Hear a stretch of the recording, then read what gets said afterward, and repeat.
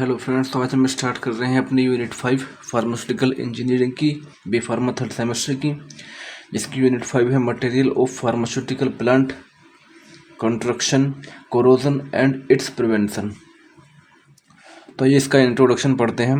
Material of pharmaceutical plant, देखो, for manufacturing of pharmaceutical bulk drug ETC number of equipment are used. देखो, हम किसी यानी pharmaceutical या बल्क ड्रग को मैन्युफैक्चर करने के लिए नंबर ऑफ इक्विपमेंट का यूज़ करते हैं।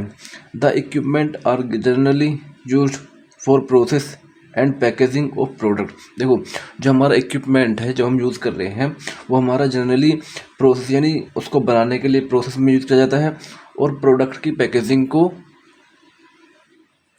पैकेज करने में यूज़ किया जाता है। A wide variety of material are used to manufacturing this equipment. देखो, हम यानी बहुत सारा मटेरियल या बहुत सी तरह का मटेरियल हम यूज़ करते हैं जो हम इक्विपमेंट यूज़ कर रहे हैं उसको बनाने के लिए। Some product are highly acidic and some product are highly alkaline. तो कुछ प्रोडक्ट हमारे हाईली एसिडिक होते हैं और कुछ प्रोडक्ट हमारे हाईली एल्कलाइन होते हैं। Some product such as storage of biological product take handle carefully. और कुछ प्रोडक्ट ऐसे होते हैं जो हम बायोलॉजिकली होते हैं, उनको हमें बहुत ही केयरफुली हैंडल करना है। तो the material used for construction of plant are classified as. देखो, जो हम कंस्ट्रक्शन में यूज़ कर रहे हैं मटेरियल को, वो हम 2 पार्ट्स में क्लासिफाई कर सकते हैं, जिसमें पहला है मेटल और सेकंड है नॉन मेटल। तो मेटल में जो आते हैं वो फेरस कंपाउंड और नॉन फेरस कंपाउंड आते हैं, और जो नॉन मेटल में आते हैं वो ऑर्गेनिक या इनऑर्गेनिक कंपाउंड आते हैं। तो ये स्टार्ट करते हैं इनकी फैक्टर अफेक्टिंग।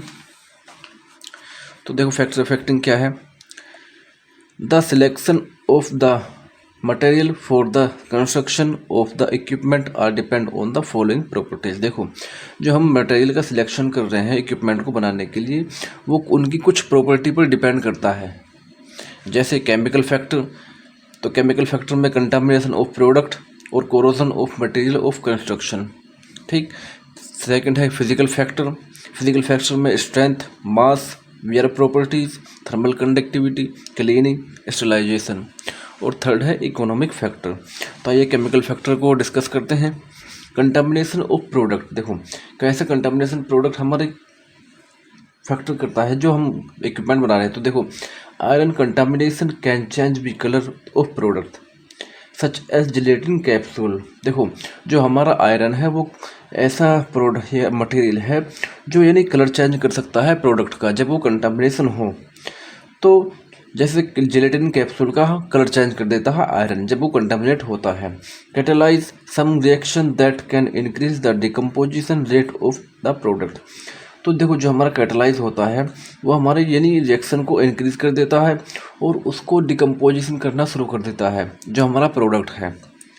तो corrosion of material of construction, some product can be corrosive nature. तो देखो, कुछ प्रोडक्ट ऐसे होते हैं जो कोरोसिव नेचर के होते हैं। They can react with the material can be destroy it which decrease the life of equipment. देखो, तो जब ये जब हमारे कोरोसिव नेचर के प्रोडक्ट या मटेरियल होंगे, जब वो रिएक्ट करेंगे किसी मटेरियल के साथ, तो हमारे जो मटेरियल होगा वो इसको डिस्ट्रॉय करेंगे या इक्विपमेंट होगा उसको डिस्ट्रॉय करेंगे, और उसकी जो इक्विपमेंट की लाइफ है उसको भी डिक्रीज कर देते हैं।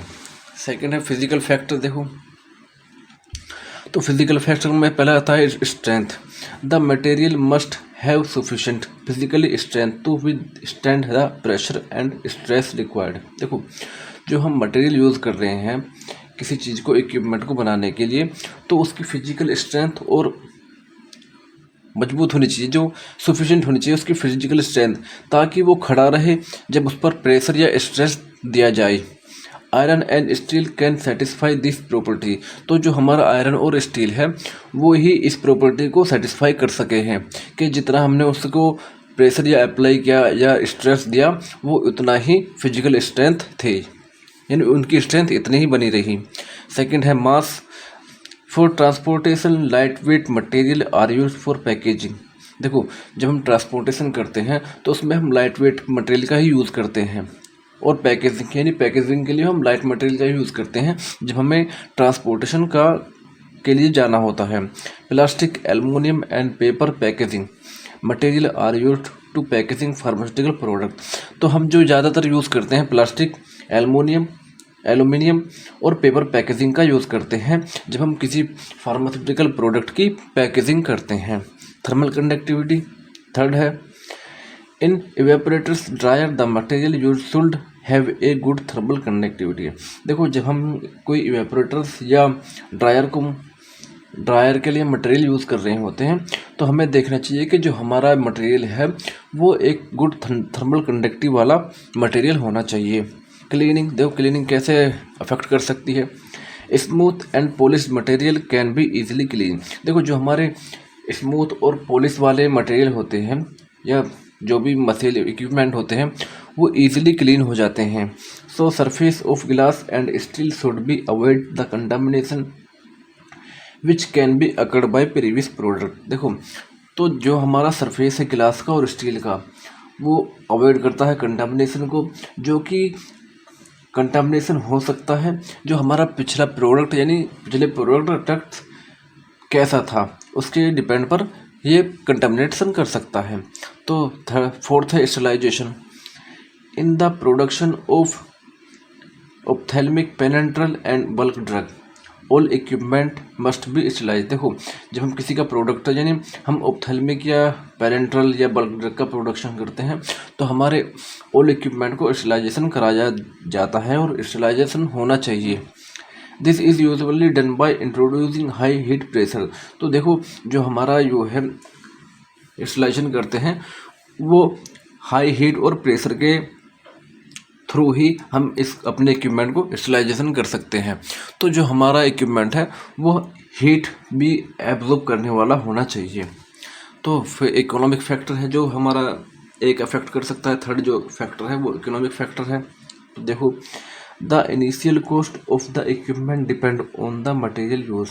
देखो जो हमारा पहला कॉस्ट है तो हम वो उस पर डिपेंड करता है कि हम इक्विपमेंट बनाने में कैसा मटेरियल को यूज़ कर रहे हैं। सेवरल मटेरियल में बी सुटेबल फॉर कंस्ट्रक्शन। तो कुछ मटेरियल जो होंगे वो सुटेबल होंगे कंस्ट्रक्शन के लिए, उस इक्विपमेंट को बनाने के लिए। तो क्या होता है from physical and chemical point of the view. तो हम जब वो सुटेबल हो जाता है तो हम उसके फिजिकल और केमिकल पॉइंट देखते हैं कि वो हमारे फिजिकली ठीक है और केमिकली भी कोई कमी तो नहीं है, तो उसी बेस पर हम उसको खरीद लेते हैं। But of all material only the cheapest material for the construction of equipment is chosen. लेकिन ज़्यादातर हम क्या खरीदते हैं, सबसे हल्का वाला मटेरियल यूज़ करते हैं किसी इक्विपमेंट को बनाने के लिए। Material that required a lower maintenance cost are used. तो जो हमारा मटेरियल है वो रिक्वायर करेगा कि हमारा लोअर मेंटेनेंस में ही हमारा हो जाए और हमारा इक्विपमेंट बन जाए। तो ये एक बड़ा फैक्टर अफेक्ट है जो कि किसी भी मटेरियल को यूज़ कर रहे हैं उसको अफेक्ट कर सकता है।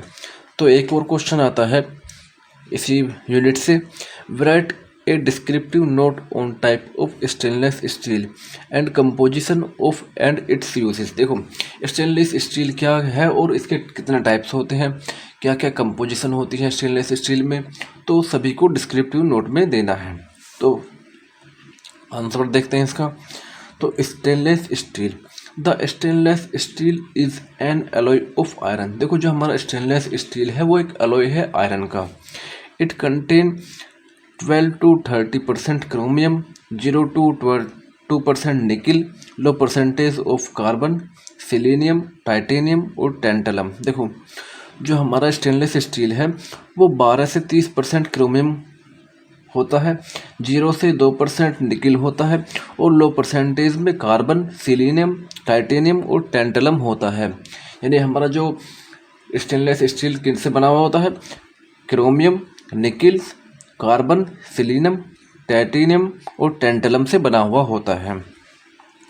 It is widely used in industry because it is heat resistant, corrosion resistant, easily fabricate and have high tensile strength. देखो हम ज़्यादातर जो यूज़ करते हैं वो स्टेनलेस स्टील का ही करते हैं इंडस्ट्री में, क्योंकि ये हीट को रोकता है, कोरोजन को भी रोकता है और इजीली फैब्रिकेट हो जाता है, और इसके पास एक हाई टेंसिल स्ट्रेंथ है, यानी ये हर स्ट्रेस और प्रेशर को अप्लाई कर लेता है।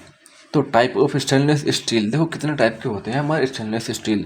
तो there are different types of stainless steel, यानी हमारे जो होते हैं वो डिफरेंट टाइप्स के होते हैं। तो जिसमें पहला है मार्टेंसिटिक, यानी जिसको हम टाइप 400 410 भी कहते हैं, यानी हमें इसका नाम ध्यान रखना है मार्टेंसिटिक। तो जिसको हम टाइप 4110 यानी 410 भी कहते हैं। तो देखो अब ये किससे बना हुआ होता है, ये एक टाइप है स्टेनलेस स्टील का। तो इट कंटेन 12 से 20% क्रोमियम, 0.2% से 0.4% कार्बन एंड 2% निकल। तो देखो जो हमारा ये मार्टेंसिटिक स्टेनलेस स्टील है वो हमारा 12 से 30% क्रोमियम होता है, 0.2 से और 0.4% कार्बन होता है और 2% हमारा निकल होता है।